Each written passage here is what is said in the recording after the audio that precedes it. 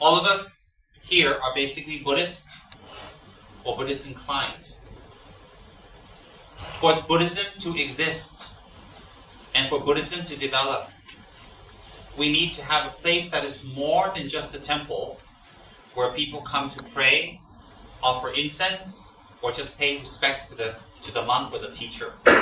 What we need is we need an actual study institution, a place where people actually study Buddhism, understand Buddhism, practice, and go into retreat. 600 years ago, Lord Tsongkhapa created such a place in Tibet, as predicted by Buddha in the sutras. And because of that creation of Ganden Monastery in Tibet, many hundreds and hundreds of erudite masters were born and entered the monastery, studied, and became great masters in their lifetime. There are too many, much too many to number. These are people who have cut their outside world to getting married, to family, to business, to money, to attachments, to desire. They have fully ingratiated themselves into the study of the monastery, into the practice of the monastery, and became great masters in their own right.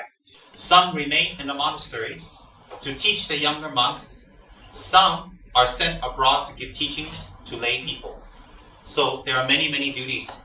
The monastery in Ganden now contains about 2,000 to 3,000 monks currently, and therefore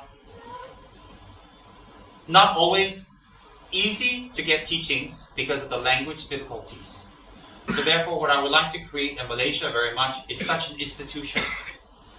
A mini Ganden monastery, but geared more towards lay people. Why is that? Because when people do not understand Dharma well, they do not know the value. When they do not know the value of the Dharma very well, it's very hard for them to take ordination or to commit to the Dharma 100%. In Tibet, 1,000 years ago, when the Buddhism first came from India, many people were not committed to the Dharma.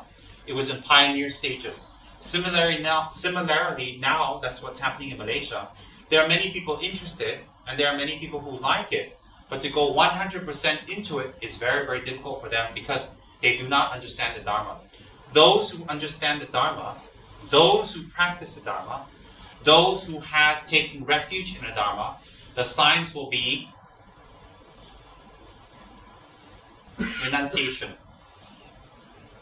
Those who have renunciation will be a clear indication they have taken refuge in the Dharma. Why?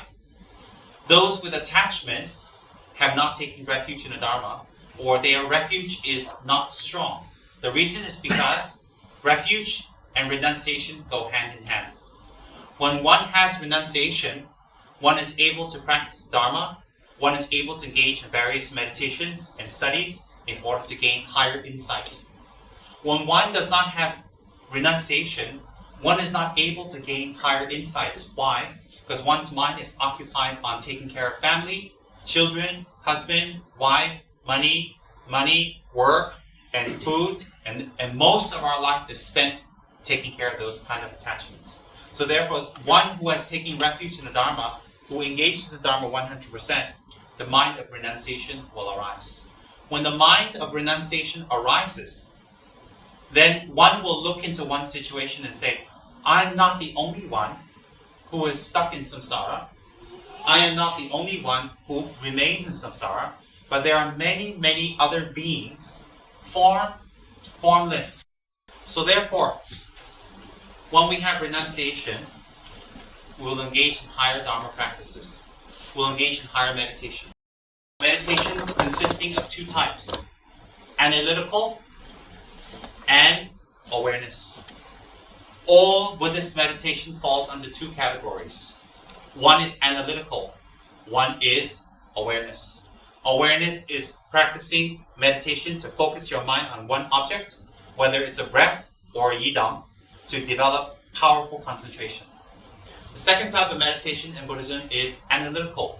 Analytical is taking on a subject that we have learned in the sutras or the tantras, and we meditate on the subject, and we think about the subject, and we think about it from different angles until we come to a conclusion. And that conclusion will be groundbreaking. It will transform our minds. So therefore, the second type of meditation we have in Buddhism is analytical. Analytical and awareness support each other. Awareness meditation helps to ground us, and analytical meditation helps to enlighten us. How?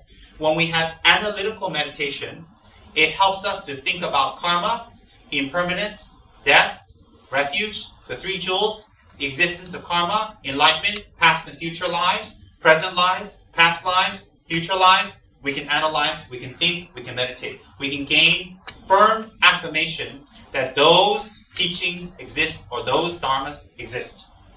That's one. Then, in order to remain in that meditation and to focus on that meditation, one must have concentration. Without concentration, our meditation won't be more than 5, 10, 15 minutes. And even when we do 5, 10, 15 minutes of meditation, our mind will wander off to our husband, to our wives, to our friends, to our family, to our business, to food, to going out, to eating, discomfort.